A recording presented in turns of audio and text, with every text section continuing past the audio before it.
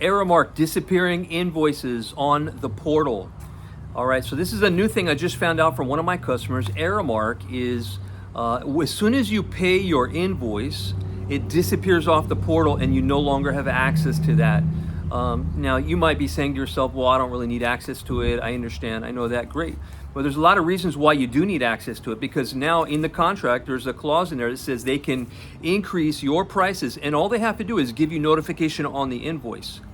And so you need to review your invoice really, really closely.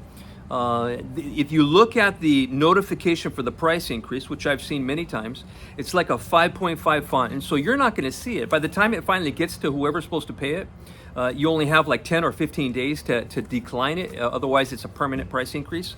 And so it sits on a manager's desk. The manager forwards it to accounts payable, and the person who signed the contract, who's really interested in the pricing, never even gets to see how much that was. So that's the first problem with disappearing invoices. You're not even going to go back and see how your prices have increased over a year or two. You're not going to see if your price increase has increased at that time. And so that's why you need to know to be able to manage your account really well.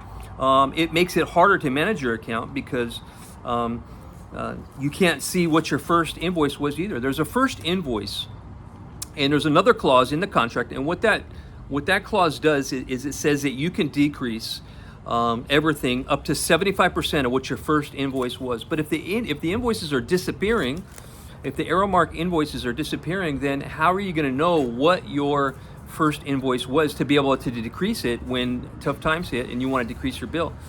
So that's another reason why this is what I tell everybody. I say download your invoices, keep copies of them, put them in a file folder where you can always have access to them so that you can better manage your account. But if you're having problems with Aramark and you want to decrease your invoice, negotiate a new contract, cancel your contract, you want to write them a legal letter, if you want to test anything because you think that their product is unsafe, I do all of that. I'm a uniform rental expert, and I'll answer any question you have. The first call is always free.